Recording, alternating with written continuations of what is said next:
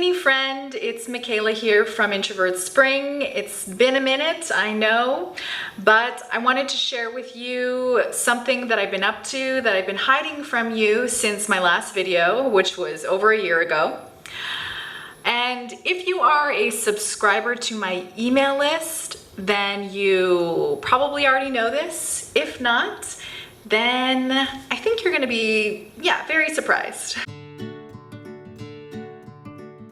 So the thing that I have not shared on my YouTube channel yet is that I have been doing, are you ready for this?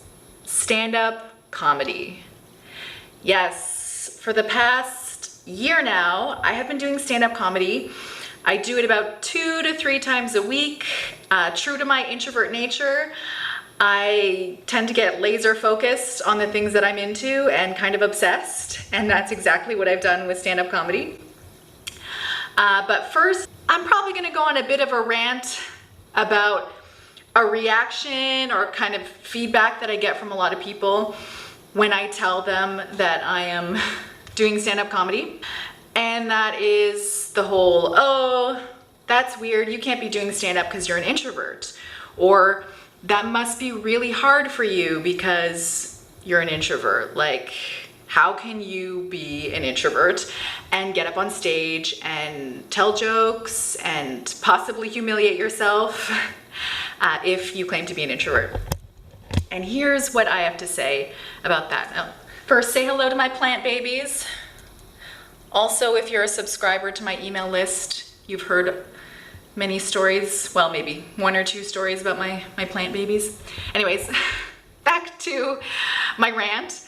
So here's the thing, just because you're an introvert doesn't mean you're more prone to stage fright, doesn't mean you can't be a great public speaker, comedian, actor, or performer of any kind, because anyone can have stage fright.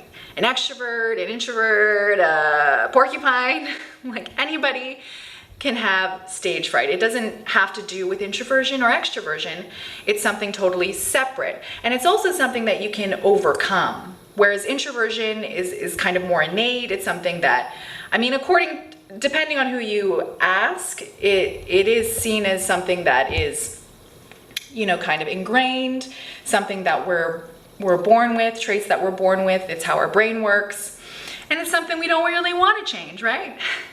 Whereas stage fright, being comfortable speaking in front of people is more of a skill that you can get better and better at the more you do it. And I have actually been performing for most of my life. When I was little, I did ballroom dance and I performed in front of people in the dance studio. And then later on, I was in some musicals in high school. I also was really into salsa dancing for a while, and I performed and competed in that. So being on stage is not something that's new for me. Stand-up comedy was definitely a stretch, but here's another reason why it's not so crazy for an introvert to do stand-up comedy. Because most stand-up comedians are actually introverts. It's true, it's true. So I actually have proof.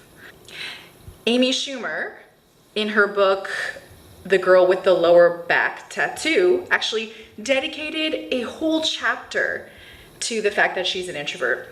So I'll just read you a quick quote. She says, "I think most people think they already know me and that I'll be fine with them coming up and being very familiar with me, but really I'm an introvert and don't feel comfortable around big groups and strangers. It's overwhelming for somebody to come up and want to just be friends right away. People think comics are always funny and on, and we're not. We're pretty quiet." Yes, I totally get that.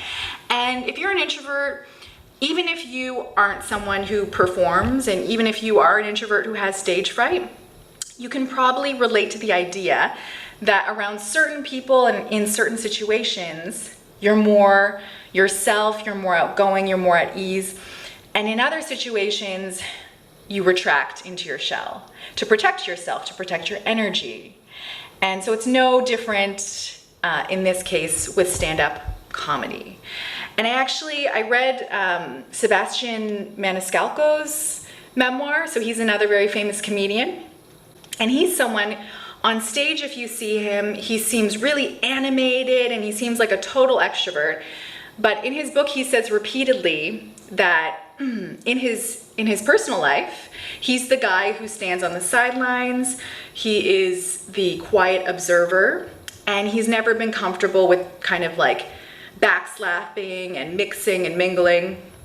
So in his book, he says, "I'm so sensitive to energy.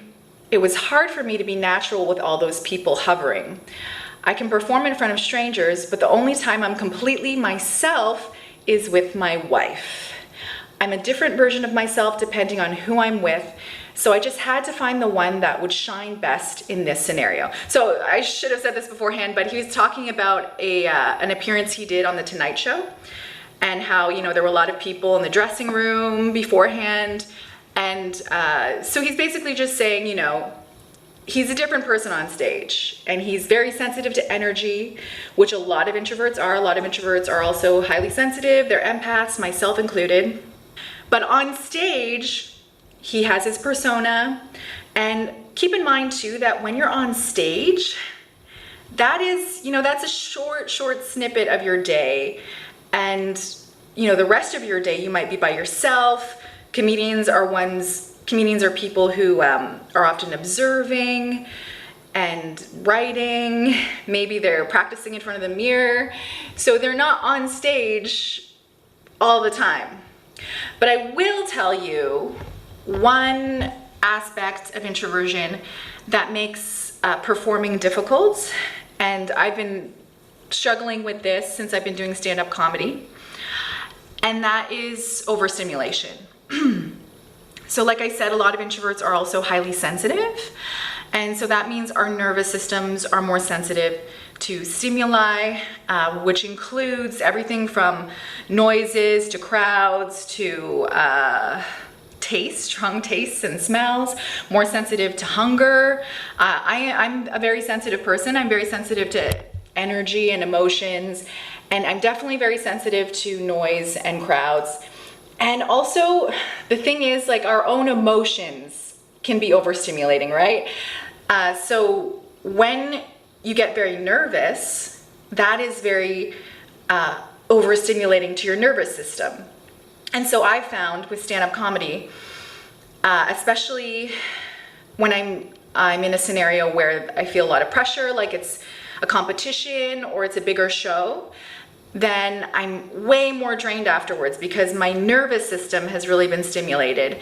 And someone who's more extroverted and not sensitive would have an easier time coming down from that and recovering from that. Whereas I had a really hard time, especially, you know, when I first started doing stand-up, really finding a balance and figuring out how to kind of recalibrate after a show.